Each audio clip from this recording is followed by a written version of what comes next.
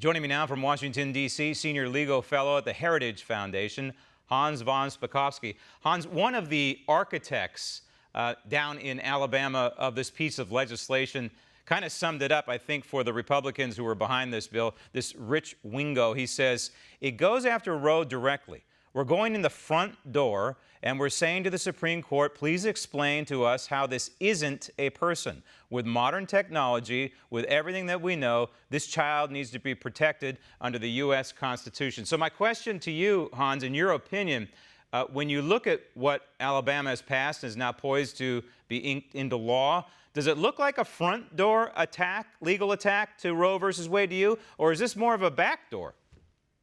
Oh, no, it's a front door attack because, remember, the Roe versus Wade decision set up this kind of trimester standard. In the first 3 months of a pregnancy, it basically said states can't do anything to restrict abortions. In the second 3 months, they can regulate abortion, but in the last 3 months, they can completely ban it. So this, which in essence bans abortions from the very beginning, it's a direct attack on Roe versus Wade. All right, so let's say the Supreme Court takes the case and decides the law is constitutional. There's a federalism issue involved here, and by that I mean I don't believe the court, if it issues a ruling saying this is constitutional, can say to the state of Illinois, hey, you have to do necessarily what Alabama is doing.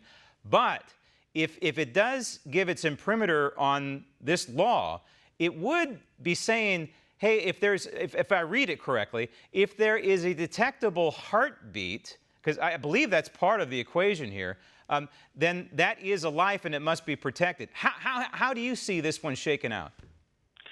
No, in fact, if the Supreme Court were to uphold this law, it in essence would be overturning Roe versus Wade. And what that does is put us back to the status quo before Roe versus Wade, which was the federal government had absolutely no role or interest in what the rules were on abortion. Right.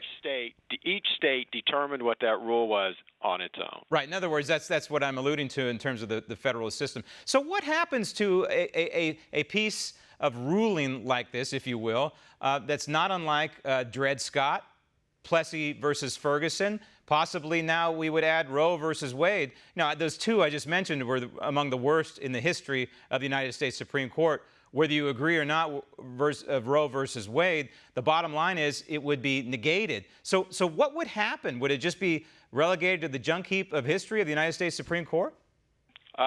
Yes, it would. Look, here's what we know will happen with the Alabama law. What will happen is it'll immediately get enjoined or stopped by whatever federal court the challengers sue in. Why? Well, because they're going to have to follow Supreme Court precedent on that. And look, the sponsors of this legislation know that. Right. They want this to get to the U.S. Supreme Court. If the Supreme Court upheld the Alabama law, yeah, it would toss the Roe versus Wade decision on the ash heap of history, and it would be overruled in the same way that we've had overrulings of bad decisions like the ones you mentioned, Dred Scott, Plessy versus Ferguson. So this really could be a paradigm moment in the continuum of the United States and in the fight for pro-life, the pro-life movement that's been many, many decades in the making, ever since 1973. And what's crystal clear, Hans, to me, I think you would agree, that the pro-life trend in this country is building. It's not waning, it's absolutely building. Hans, thank you.